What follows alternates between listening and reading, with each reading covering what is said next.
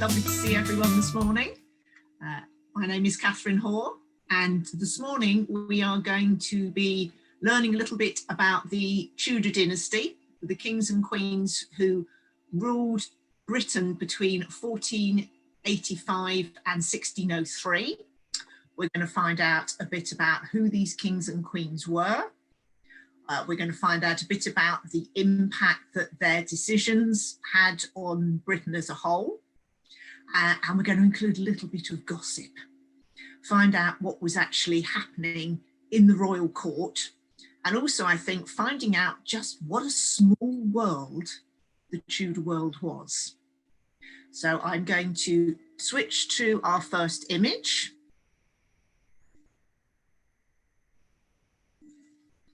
I'm going to bring up my screen share and load my PowerPoint.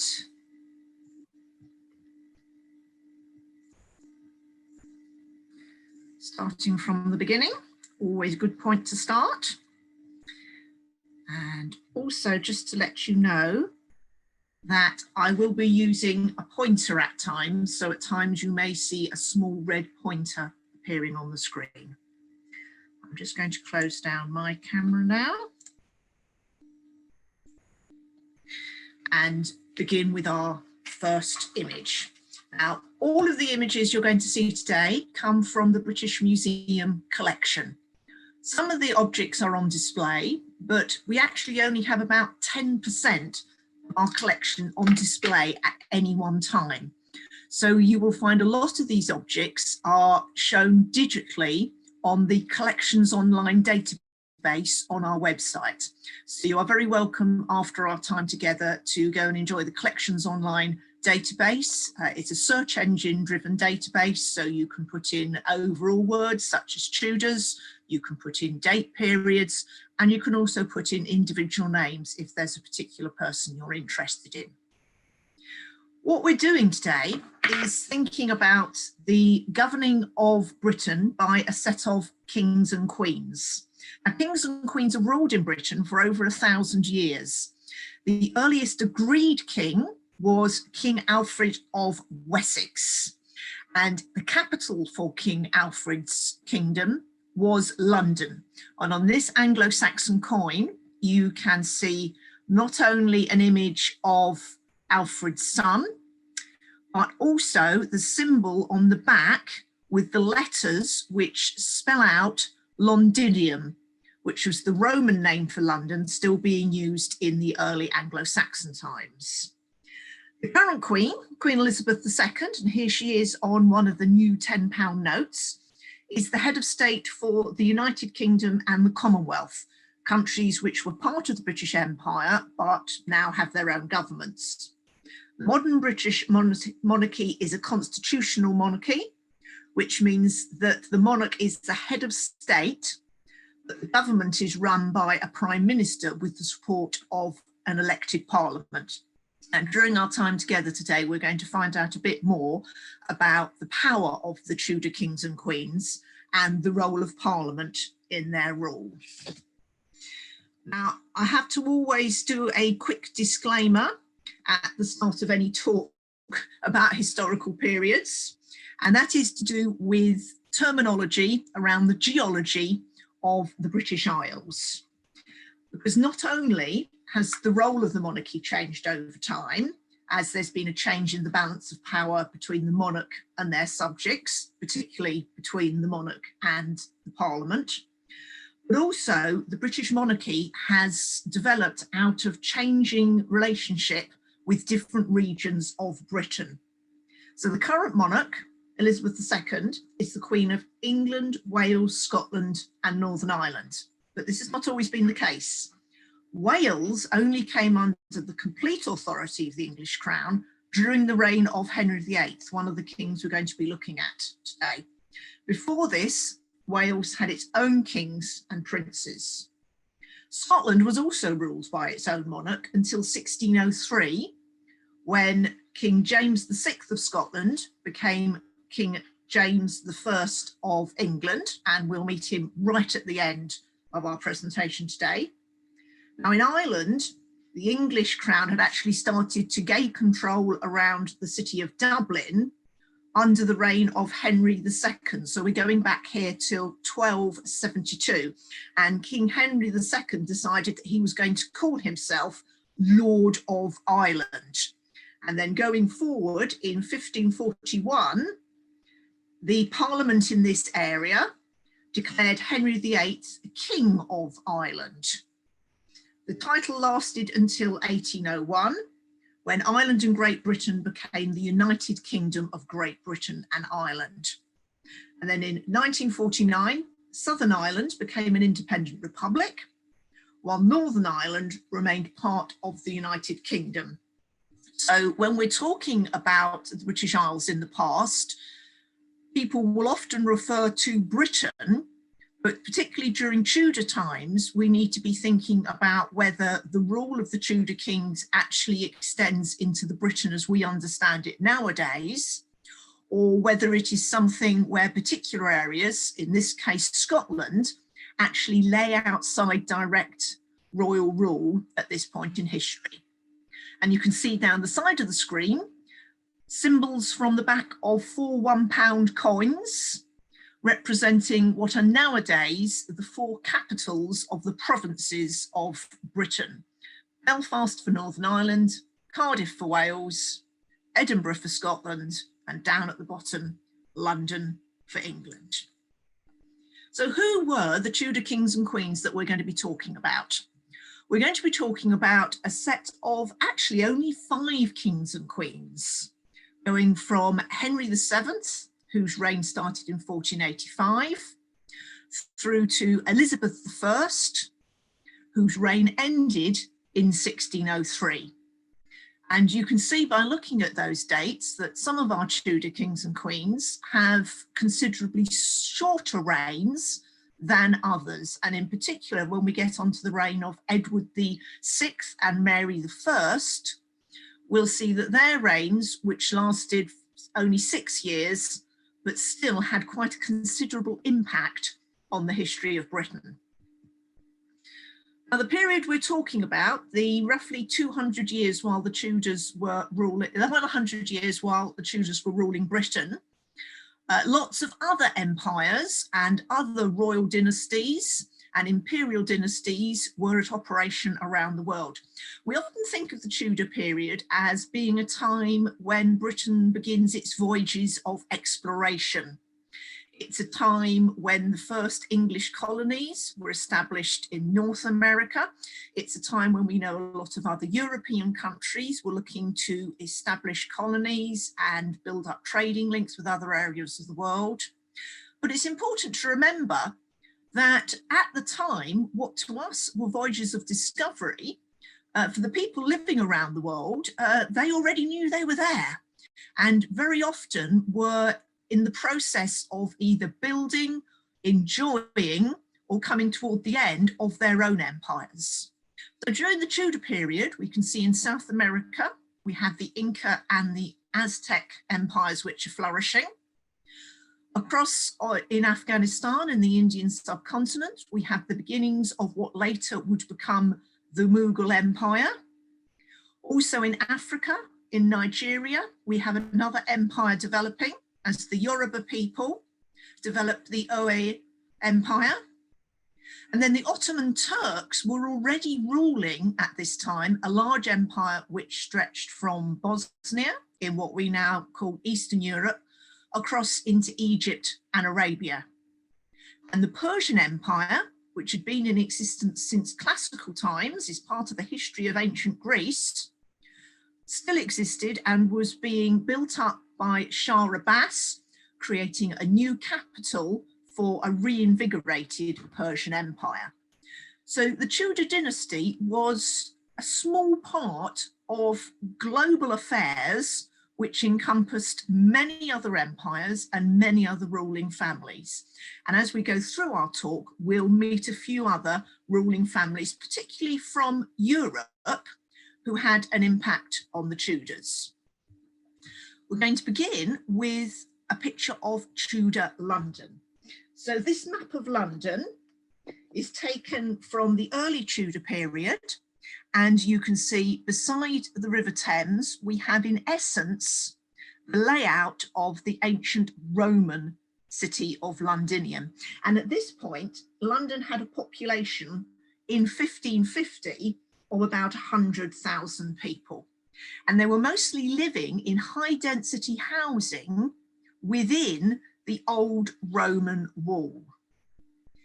At this, I do beg your pardon, I do apologise.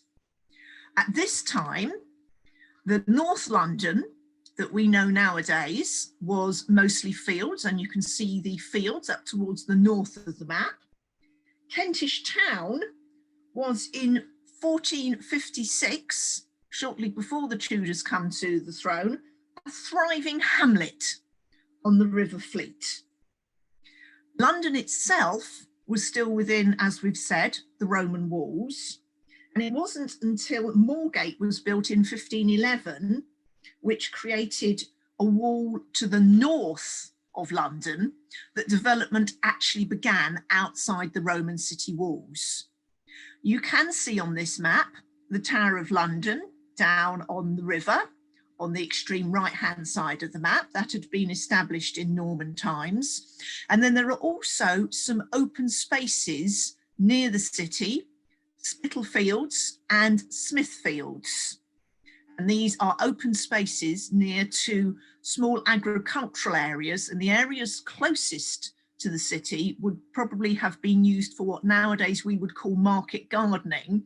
So food substances that had to be shipped and eaten fresh, as opposed to food substances such as grain, which could be grown in other parts of the islands, dried and then transported to London. Now, the Tudor kings and queens actually only ruled across 3 generations. So the monarchy started with Henry VII, and we'll find out a little bit more about how he came to the throne in a moment. He married Elizabeth of York, and it was their second son, Henry VIII, who then followed as the second Tudor monarch. Henry VIII was married 6 times, and the first 3 of his wives were respectively the mothers of Mary I, who married Philip II of Spain, but always lived in London, Anne Boleyn, who was the mother of Elizabeth I, and Jane Seymour, who was the mother of Edward VI. Now, at this time, the throne was inherited by the eldest surviving son of the previous monarch.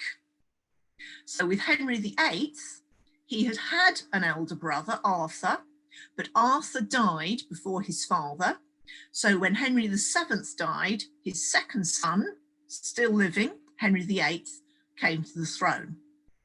This means that Henry VIII's children, didn't come to the throne in the order in which they were born. So the youngest child, Edward VII, followed him on the throne. When he died without issue, the throne then passed to the eldest surviving child, a daughter, Mary, and then passed to Elizabeth I on Mary's death. And this is a rule which continued in place all the way up to today. The rule has recently been changed to say that the next monarch will be the eldest surviving child, be that a boy or girl, of the previous monarch, and it will come into effect with the children of Prince George. So after Charles, we will have Prince William, who will become king. He will then be followed by his son William, and William's children, the eldest one, be it a boy or a girl, will then be the next monarch. But this idea of passing the monarchy to the next surviving child becomes part of our story between Edward and Mary. Henry VII had actually come to the throne as what historically would be called a claimant, not a pretender, because he had a real claim to the throne.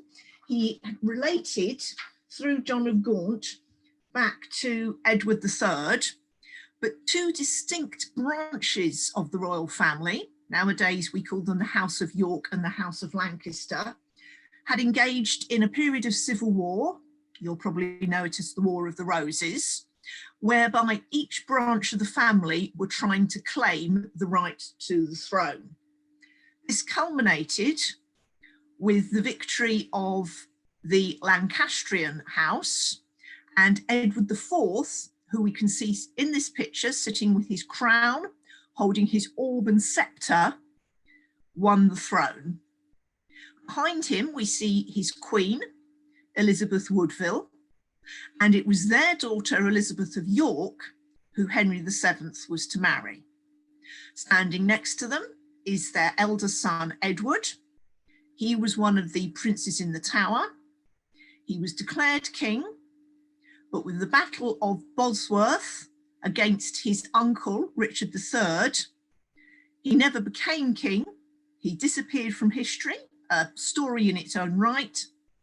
His uncle, who had claimed the throne, was then defeated by Edward VII at the Battle of Bosworth, by Henry VII at the Battle of Bosworth, and we have the start of the Tudor dynasty.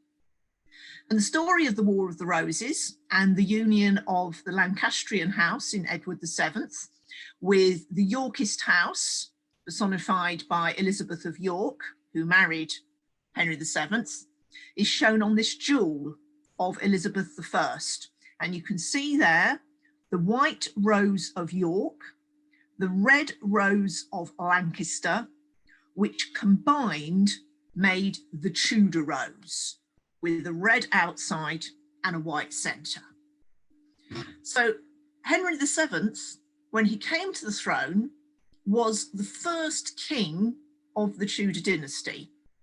And at that point, you could say that his claim to the throne was not established. He'd just come out of a period of civil war where there had been a change in who sat on the throne, sometimes on a yearly, sometimes several times within a year basis.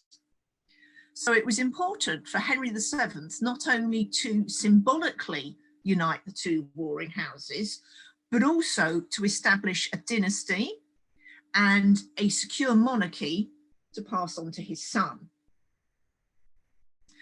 During his time on the throne, Henry VII was a very frugal monarch, and he built up a large royal treasury to ensure that the monarchy going forward would have the necessary money to run the government of the country, and particularly important, to pay for a royal army, the military being a huge power base at this time in Britain. His early reign was actually troubled by claimants to the throne who were pretending to be Edward V or his brother. And although we never know what happened to the princes during the reign of Henry VII, discoveries during Victorian times of what is believed to be their skeletons in the Tower of London implies that they had probably died shortly before or perhaps during Henry VII's reign, and all these claimants were attempts by members of the Yorkist family living in Europe to remove Henry from the throne.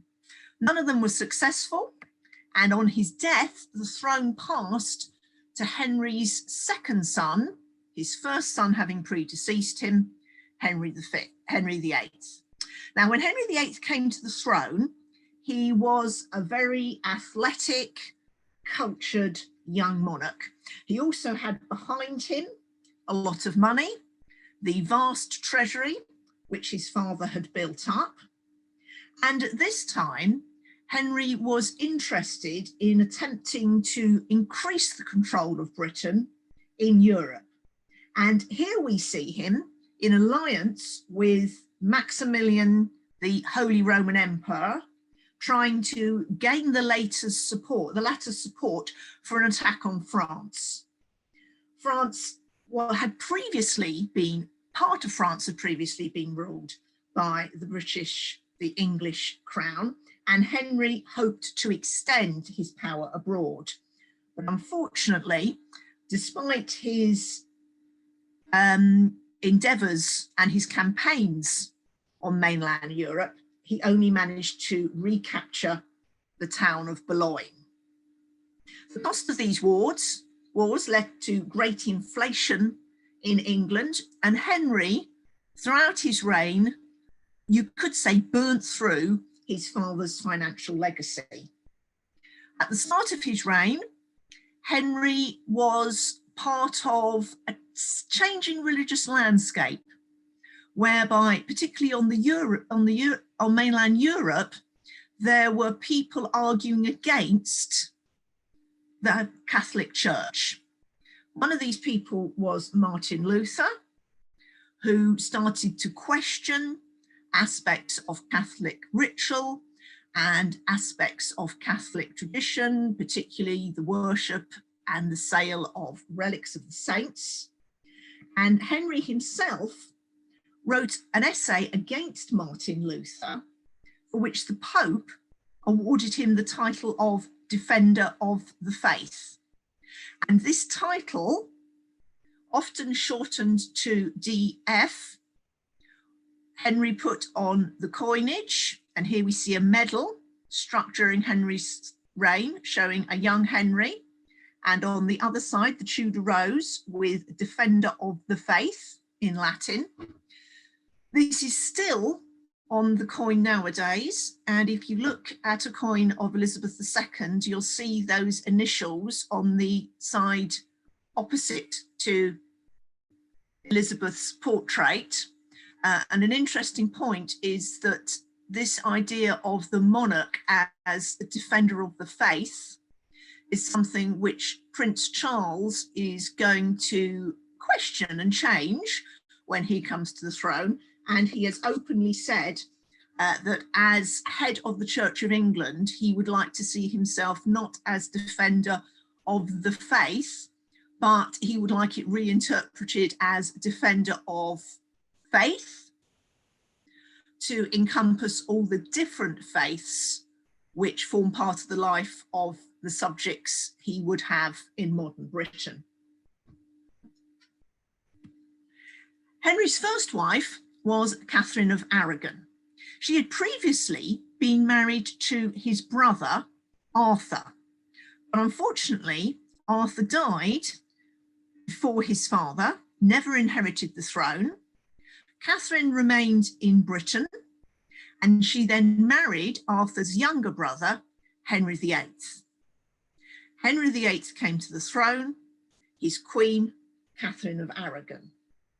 Catherine of Aragon can be seen here in a stained glass window from St Margaret's Church at Westminster, which shows Catherine to the right-hand side, Henry to the 8th, and then above we have a portrait of Catherine of Aragon, a copy of a portrait in the British Museum collections, the original of which is at Lambeth Palace. I'm just going to pick up at this point a highlighter so that as we are going through, I can point at various bits of the screen. Here we are, highlighter. So here we have Henry, Catherine, and the two surviving images of Catherine in the British Museum collection. Now, what's interesting about the Tudors is that they're one of the first dynasties where we actually have a large number of surviving, drawn at the time, images. Before that, there are images of individual kings and queens. So we have a fairly well provenanced image of Richard III and also of Edward IV, going back to the time of the Wars of the Roses. But it's really with the Tudors that portraits of the royal family start to become established. And we have artists such as Hans Holbein coming over to the British court to act as a royal painter, who then captures images of the different monarchs and also the leading members of the Tudor court. I should say that the British Museum collection doesn't include any original oil paintings. Those are mostly held in the National Gallery or are part of private collections. So the images that you see here are either copies of an original portrait or are prints, engravings which were created from an original portrait and then used mostly in books or to create pictorial prints later on. And you can see, interestingly, the print always comes up in reverse alignment to the painting, because once the printer has created their engraving, it is then flipped over so that the printing plate presses onto the paper. So prints are always the opposite way round to the original painting. Catherine of Aragon and Henry hoped to have a son who would be the next Tudor king. The Tudors were keen to establish their dynasty, not just through political power, not just through military campaigns in Europe to demonstrate their power, but also through establishing a strong, uncontested line of inheritance. And here we can see a tournament in celebration of the birth of one of Catherine and Henry's sons. They had two sons, both named Henry, both of whom unfortunately died within a few months of birth. They had a surviving child, a daughter, Mary I. But this tournament, held for the birth of the first Henry, Duke of Cornwall, is interesting because not only does it give us an idea of what a royal tournament in Tudor times would have looked like, but also gives us a little insight into the connections that Tudor England had, not only to mainland Europe, but also to the wider world. And we're looking here at a gentleman called John Blank. John Blank was of African heritage. He was a musician. We believe that he was part of Catherine of Aragon's court when she was living in Spain. He then came over with Catherine as part of her household when she came to marry Prince Arthur in 1501. He then remained as a member of the royal household. We find him paid in royal documents that belong to the court of both Henry VII and Henry VIII. And royal documents also show that Henry VIII gifted John Blank a wedding outfit when John Blank got married in 1512. Unfortunately, he doesn't appear in royal documents after 1514, so we don't know what happened to him later in his life. There was a huge fire in Whitehall in the royal apartments at this time, and it may have been that he died in the fire. It may have been that he moved back to mainland Europe to be employed at the court of one of the other European kings or queens.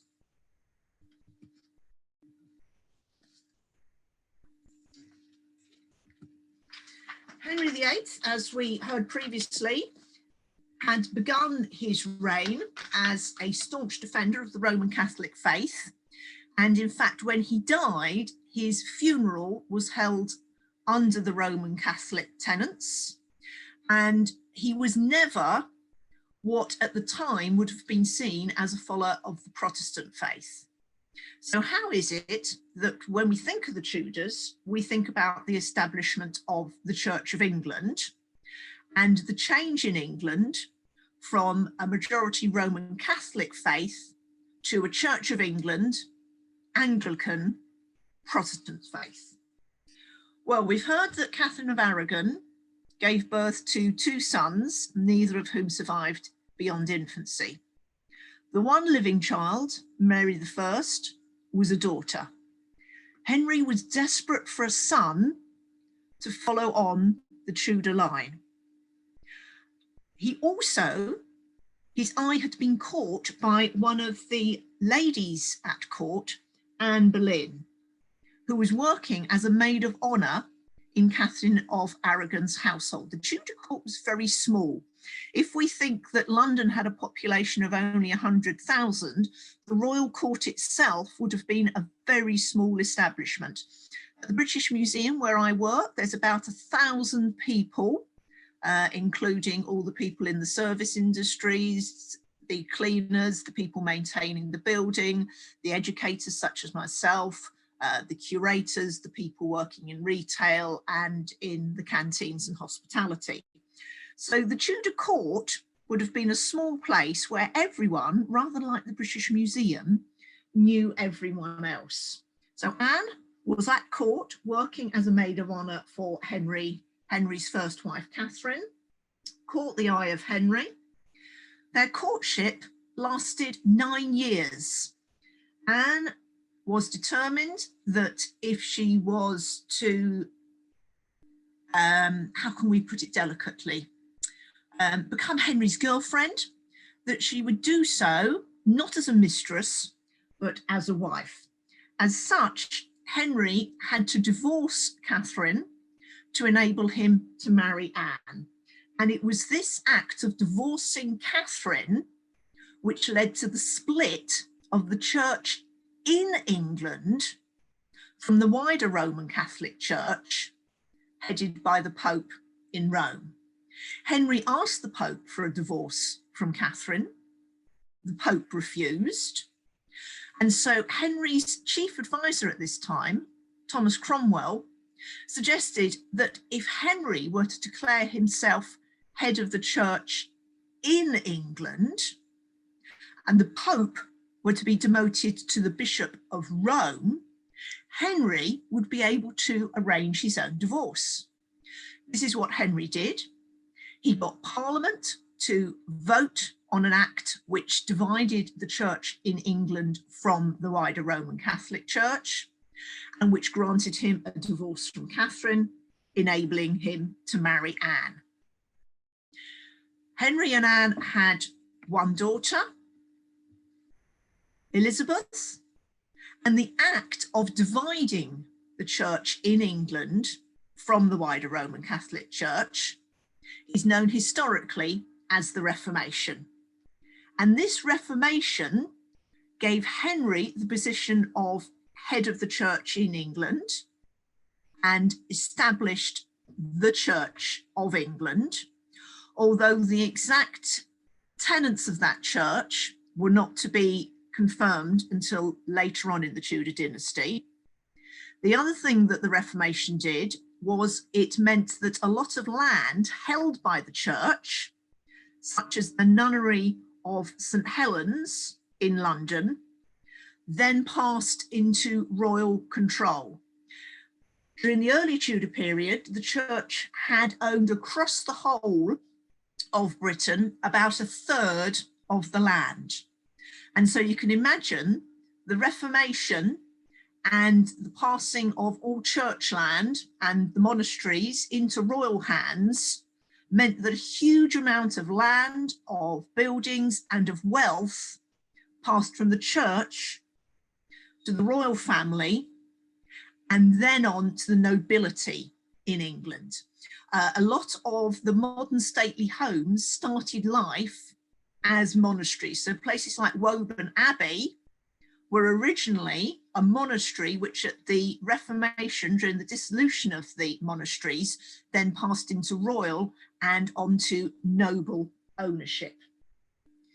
The Reformation and the establishment of a church in England led to conflict under Henry's daughter Mary, and we'll learn a little bit about that later, and also led to the official establishment of the Church of England under Henry's other daughter, Elizabeth I. Anne Boleyn gave birth to Elizabeth I. After Elizabeth I, she became pregnant a number of times, but unfortunately in each case, the pregnancy did not run to full term. She had a number of miscarriages. We believe that this medal on the far right was actually struck to celebrate what she hoped would be the birth of a son. It was struck in 1534. We know that Anne was pregnant in 1534. There is no record of any child being born in that year or the year after, so we can only assume that the pregnancy ended in a miscarriage or a stillbirth. And the lack of a male heir by his second wife, Anne, led Henry to cast his eye once more around the court, and this time his eye fell on one of Anne's own ladies in waiting, Jane Seymour. Jane Seymour was a lady in waiting to Anne, and Henry, in wishing to marry her, once more had to think of a way to terminate his marriage to Anne. Now, he could not use the divorce mechanism he'd used with Catherine of Aragon, whereby he had declared that the marriage was annulled, because with Anne, he now had his own church, so he could have declared himself a divorce if he wished to. With Anne, however, he was determined that he was not going to have the issue which had arisen when he first married Anne, whereby Catherine of Aragon was still alive, albeit divorced from Henry. And so a number of charges were what we would nowadays call trumped up against Anne by Henry's chief advisor, Thomas Cromwell, leading to the downfall of Anne and her execution.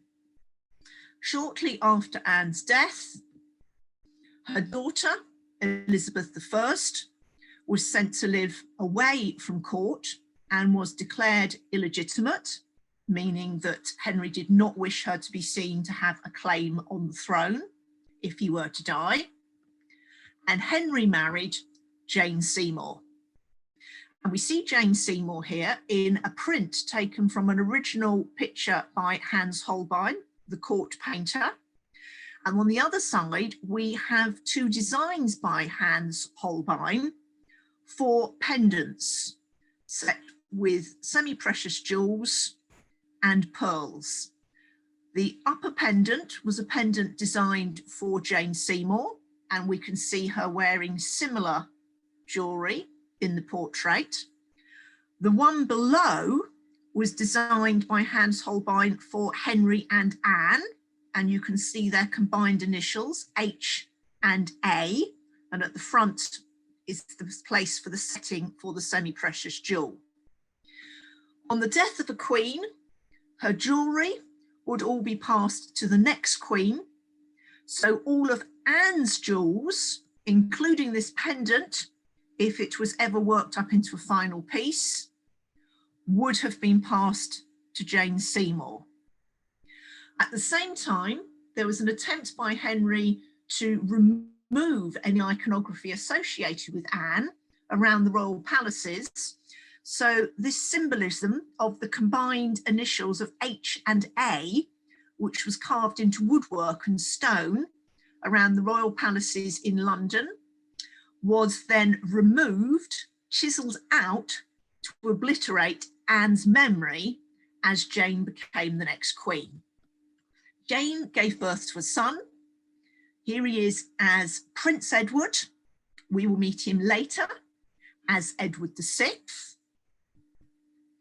And Jane, unfortunately, died giving birth to Edward. Henry then looked for another wife. His next wife was Anne of Cleves, a German princess. Anne of Cleves was famously only married to Henry for about 6 months, after which the marriage was annulled, Henry claiming that he had never slept with Anne, saying that he did not find her at all agreeable, and in the infamous phrase, likened her to a Flanders mare. This is a portrait of Anne based on one drawn by Hans Holbein, which was drawn in Germany, Henry never having met Anne before she arrived in England to marry him. And what's interesting is that there are several other famous portraits of Anne. There are some down at the National Portrait Gallery, which give you a sideways view of Anne. And the thought is that this portrait by Hans Holbein might have been drawn face on to foreshorten Anne's rather large, long and bulbous nose, and to therefore make her look prettier to Henry's eye when the portrait was viewed. Anne, with the annulment of her marriage, was then entitled the King's beloved sister. She was given large land holdings in England and money.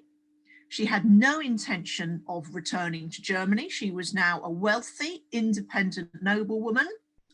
And this is a picture of one of the houses that she was given and she lived in Lewes, Sussex. Anne survived Henry's next two wives and actually lived long enough to see the coronation of her eldest stepdaughter, Mary. Henry then married Catherine Howard.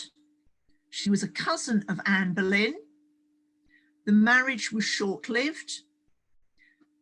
Catherine was accused of infidelity.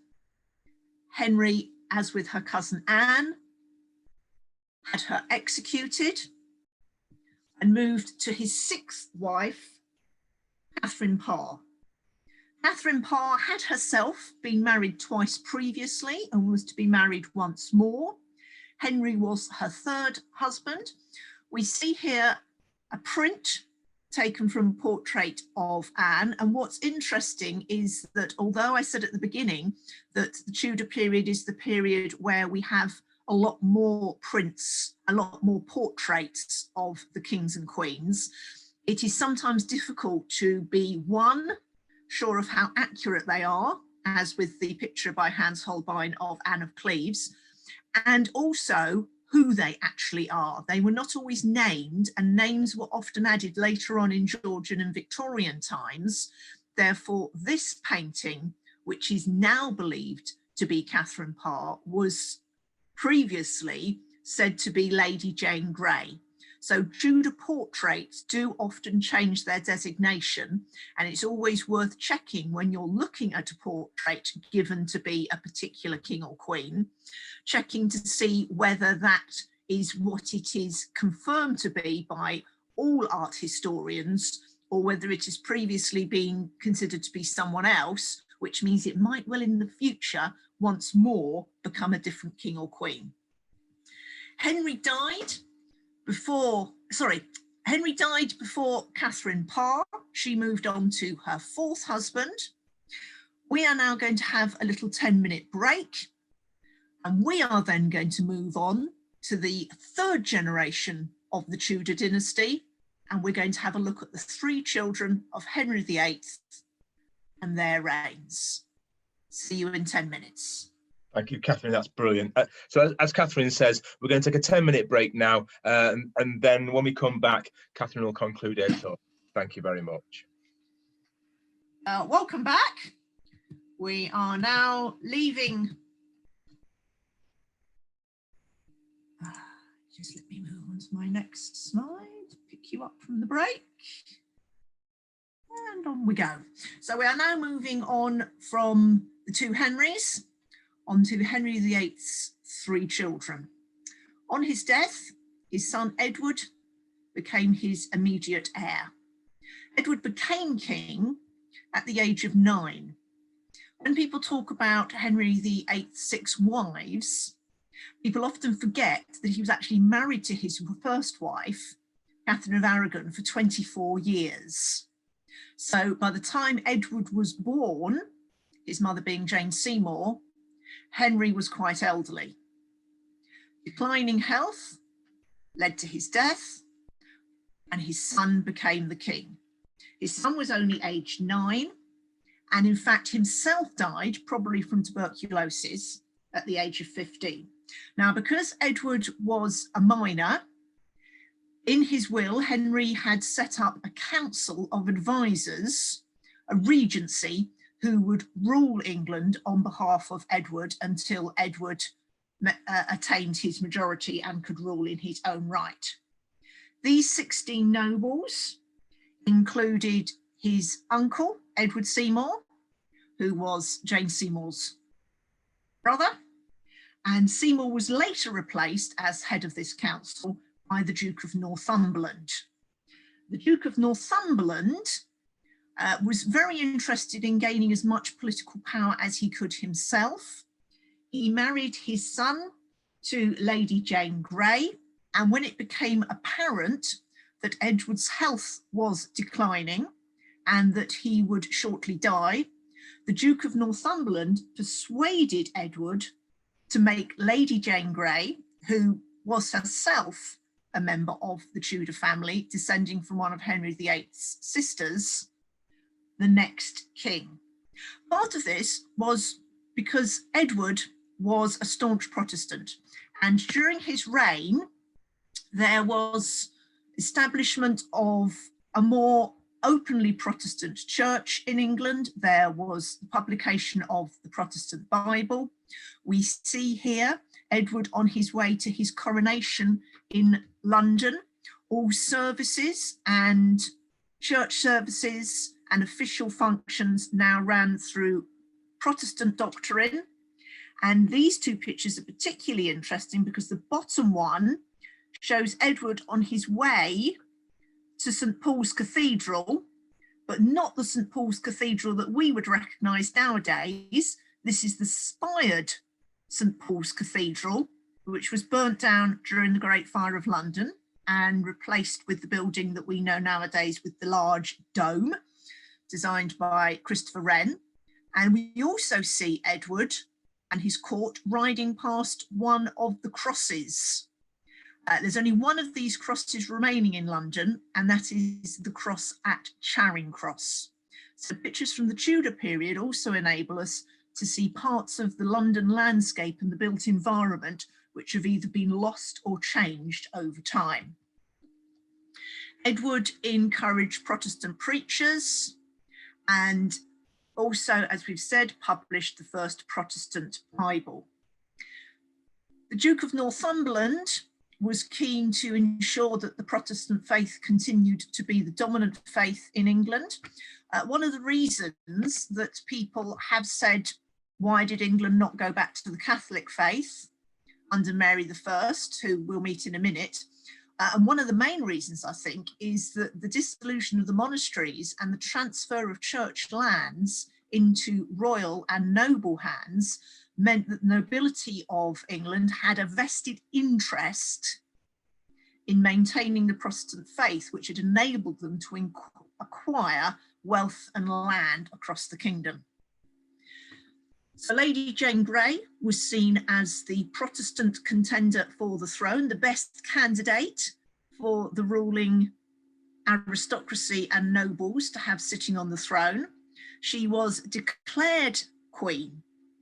Unfortunately, England, the people of England, did not accept this declaration.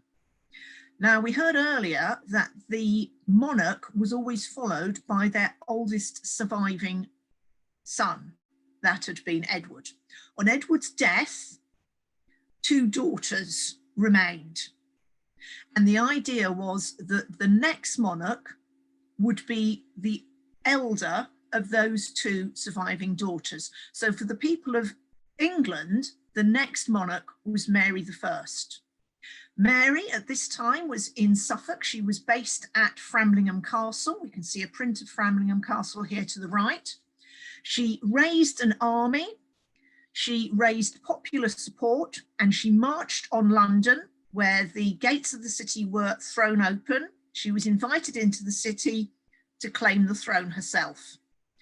Lady Jane Grey, without an established power base, was sent to the Tower of London and was executed the next year.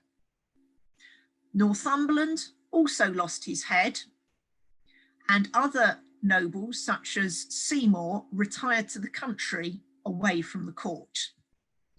Mary, like her mother, was a devout Roman Catholic. she hoped to reintroduce the Catholic faith to England. She made the Pope head of the church again. She encouraged the return of monastic orders, and she had followers of the Protestant faith arrested. However, this all made Mary very unpopular, and by the end of her reign, she had been unable to convert her subjects back to the Roman Catholic faith. A number of people in England had remained as Roman Catholics, and certain noble families, such as the Duke of Norfolk's family, remain as leading Roman Catholics in England today. Mary had also made herself unpopular by her choice of husband. Mary was desperate for a son who would be the next Catholic monarch and would continue the return of England to the Catholic faith. She chose as her husband Philip II of Spain.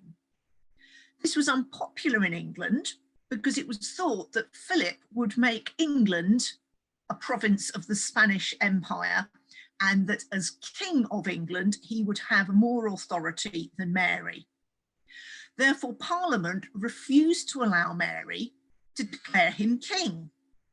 Now, previously, the king's wife would be declared the Queen and crowned as such, but the Queen's husband did not necessarily become the king.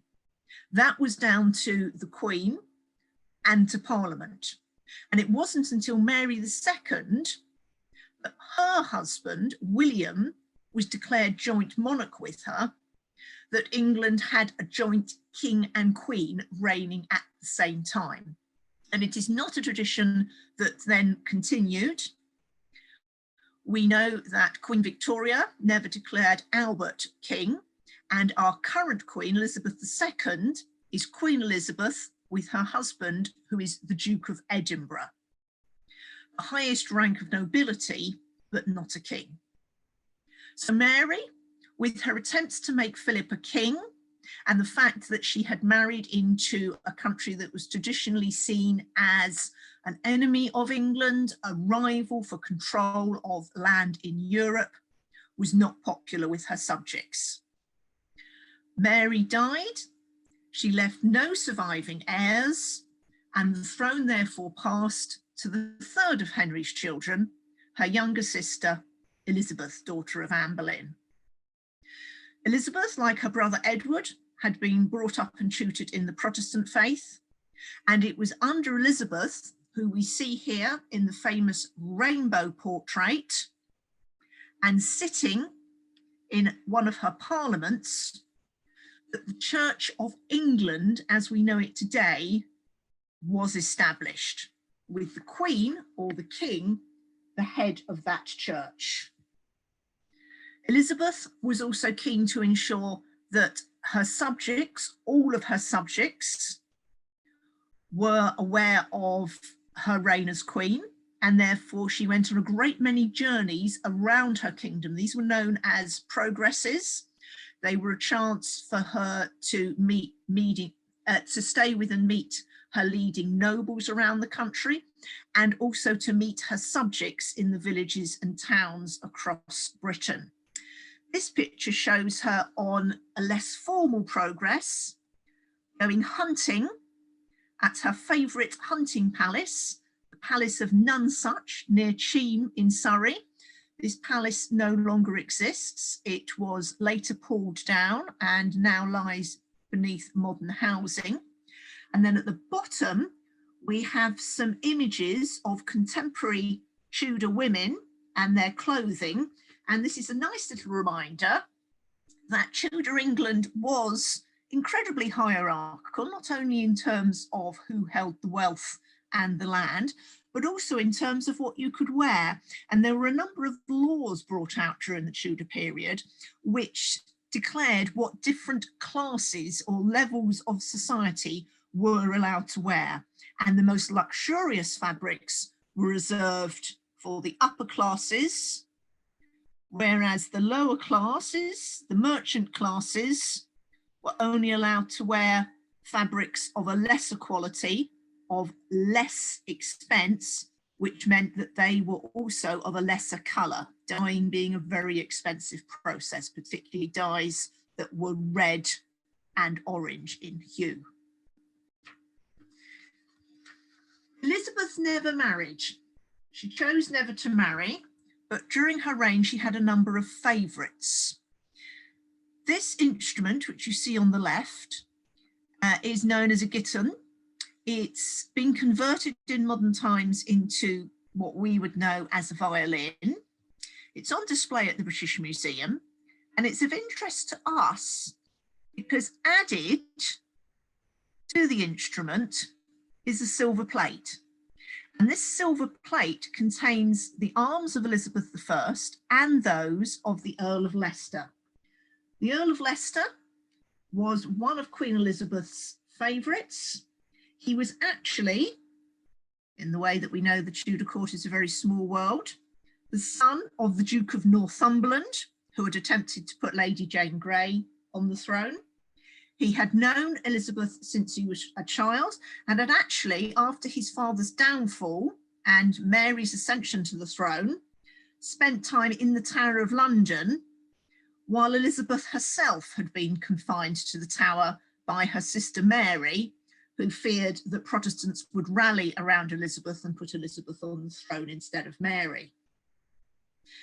On Elizabeth's ascension, Dudley was appointed the Master of the Horses. He went on to become a Privy Councillor and the Earl of Leicester. Now, the issue of who would follow on the throne after Elizabeth, with Elizabeth's refusal to marry, meant that over time, people started to look to the existing lines of the Tudor household in anticipation of who would be the next monarch. And one of the difficulties that Elizabeth had during her reign were the claims of Mary, Queen of Scots. Now, Mary was herself descended from one of Henry VIII's sisters. Henry VIII had two sisters, Margaret and Mary. Margaret had married the King of Scotland and was the mother of Mary, Queen of Scots. Mary came to the throne aged only 6 days when her father died, and she was seen as a leading Catholic who the Catholics of England could put on the throne instead of Elizabeth.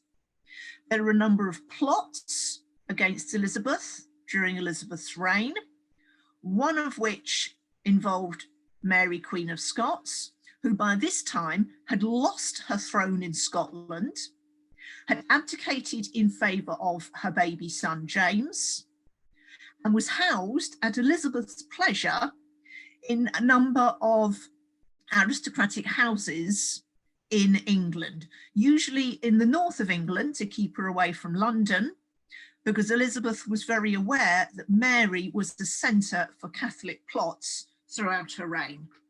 Eventually, Elizabeth's advisors persuaded her that Mary was too dangerous to allow to remain alive, and she was executed at Fotheringay Castle in Yorkshire.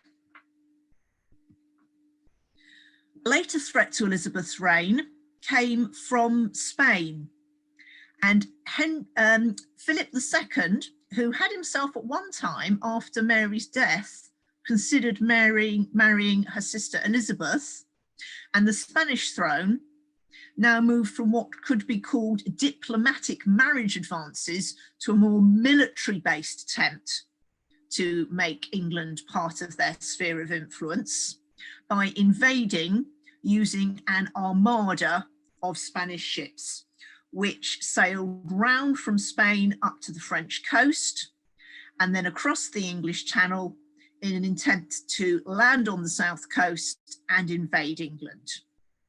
As we know, they were met by a fleet of English ships under the command of sailors such as Lord Howard of Effingham and Francis Drake. The Spanish Armada was defeated, and here we see a contemporary print imagining the scene, the battle, the sinking of the Spanish ships, who were then driven by bad weather.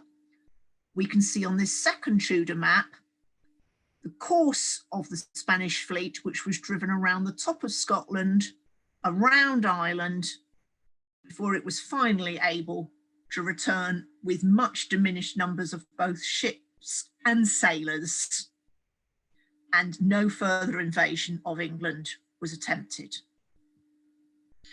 During Elizabeth's reign, probably one of the most famous playwrights in European, if not world tradition, was born in Stratford-on-Avon, Mr. William Shakespeare.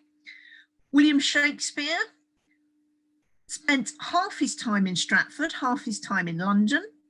He was a playwright and an actor, started his career as an actor, and then as his plays became more successful, then moved up to be the manager of his own actors' troupe and built his own theatre, the Globe Theatre in Southwark, south of the River Thames.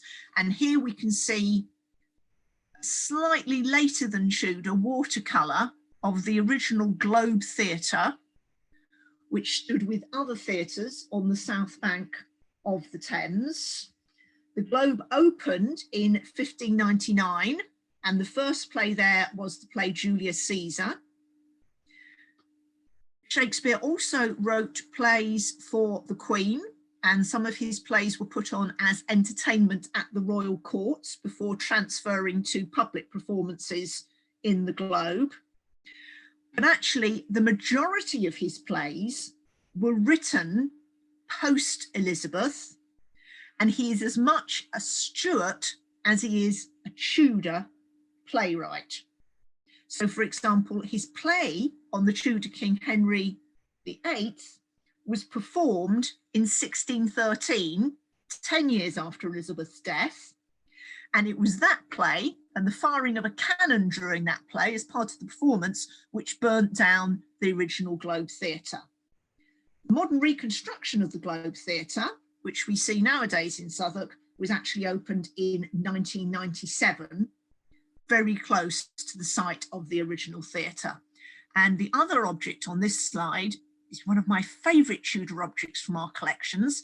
This is a little Tudor cap, and it's made from felted wool lined with silk, and is the sort of cap that people going to watch one of Shakespeare's plays at the Globe Theatre would have worn in late Elizabethan times. So on Elizabeth's death, the Tudor dynasty ended. The three generations of the Tudors who had ruled England left no immediate heirs. And Mary, Queen of Scots' son, James, who had been King of Scotland for 36 years, now also became the King of England. He was the first member of the Stuart dynasty, which ruled all the way through until the death of Queen Anne in 1714. He was James VI of Scotland, crowned James I of England. And our final little bit of information is that because he was crowned James I of England, the later Stuart king called James is known as James II. But since then, the numbering of the James kings has been revised, and it has been declared that if we are to have another King James, the earliest that would be William's son, if William's first child is a son named George's first son, if Prince George's first son is a son called James, will actually be known as King James VIII, because he will be the 8th King James of Scotland, the 3rd King James of England, but to acknowledge that Scotland and England became a combined crown during the Stuart period, the next King James of Britain will be King James VIII. So we'll never have a James the 3rd, 4th, 5th, 6th or 7th. So there's that to look forward to. Will we ever have a King James VIII? Well, thank you very much for joining me on my talk about the Tudors today. And we are now going to move to our Q&A session, where you are most welcome to ask me any questions about the Tudors or about any of the objects from the British Museum that we have seen during our talk today. Welcome, over to you. Thank you, Catherine. That was fantastic. I'm sure we're all clapping in our homes in appreciation of that. Just before I ask Catherine some questions, I'm just going to launch a quick poll just to see what you thought of the workshop, and then I'll put my questions to Catherine. So please keep on posting the questions if you want me to ask them to her. Yes, if you could just do the poll for me, that'd be very kind of you. I'll keep it open for a minute.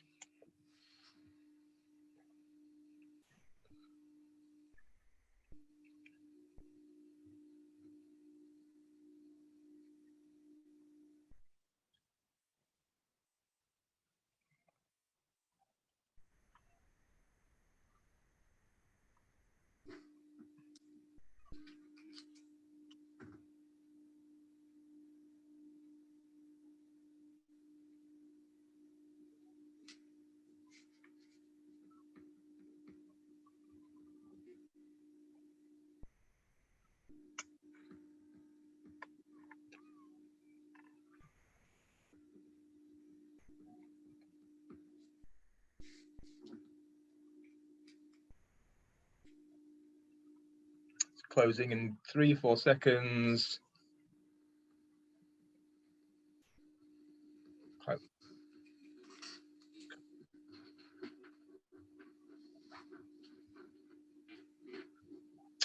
Right. So over to Catherine then. So the first question I've got is, why were they called the Tudors? Interesting question. The royal houses of Britain are usually designated by the surname of the royal family. And Henry VII, when he came to the throne, was Henry Tudor. His father's name was Tudor. His father was a Welsh Tudor. They were a Welsh family. And his father, Edmund, had actually been descended from the Welsh Tudors. And his father, Edmund, in the way that we've said that the Tudor world was very small, was actually a half-brother of the Lancastrian king, Henry VI, who was part of the War of the Roses. So Tudor is the family name and therefore became the name of the ruling dynasty of the time. Thank you. Can you tell us a little bit more about the crosses? You said Charing Cross is one of the crosses. So can you tell me some about the other crosses, or what do the crosses represent? The crosses were actually built in medieval times. They were built on the order of Edward I. His wife had died away from London. She died in the Midlands, his wife, Queen Eleanor. And as her body was brought from the Midlands down to London for her royal burial at Westminster Abbey, Edward ordered that at every point where her body stopped overnight, there was a cross to be built as a commemoration and a reminder of her journey from the Midlands down to London, and as a memorial to Queen Eleanor. They're the Eleanor Crosses. Not many of them survive. A lot of them have been knocked down since medieval times. So the one in Charing Cross is a survivor of that. So it marks the point where Eleanor's body came into London before the burial and the funeral service at Westminster Abbey the next day. And it's called Charing Cross because they think that it comes from the phrase Charing, meaning dear Queen, French being one of the court languages at the time. So Charing, meaning the dear Queen's cross, then became Charing Cross. So the modern Charing Cross and the modern Charing Cross station all derive their name from that medieval cross that was set up to remember Queen Eleanor. It's technically an Eleanor Cross, so it's technically Eleanor Cross Station. They've been using the wrong name all these years. Thank you. Tudor childbirth seemed extremely dangerous. What was the standard of medical practices around there? I mean, was childbirth that dangerous? Extraordinarily, a lot of children died either during pregnancy or shortly after birth, as did women. And as we can see from the fact that it affected some of Henry's wives, we know this was not confined just to the poorer parts of society. A lot of the difficulties around childbirth were to do with very, very, very simple things like infection. So things which nowadays we take for granted can be cured with antibiotics. Those infections, and it was an infection that probably killed Jane Seymour, nowadays she'd be given antibiotics, but because there were no antibiotics, the infection which she caught during childbirth was then what killed her. In terms of queens such as Catherine of Aragon and indeed Anne Boleyn, who had a number of pregnancies which never led to a surviving child, either there was no process of birth or the miscarriage was when the child was very small in the womb, or it was just a case. Well, in Catherine's case, she probably had over 10 pregnancies, but only one surviving child, Mary, and 2 surviving sons who lived but only till infancy. Again, probably because of infections, childhood infections, which nowadays you would either be inoculated against or be treated with in hospital. And with Anne Boleyn, there's an idea that she may have been rhesus negative, her blood type, whereas Henry VIII may have been rhesus plus.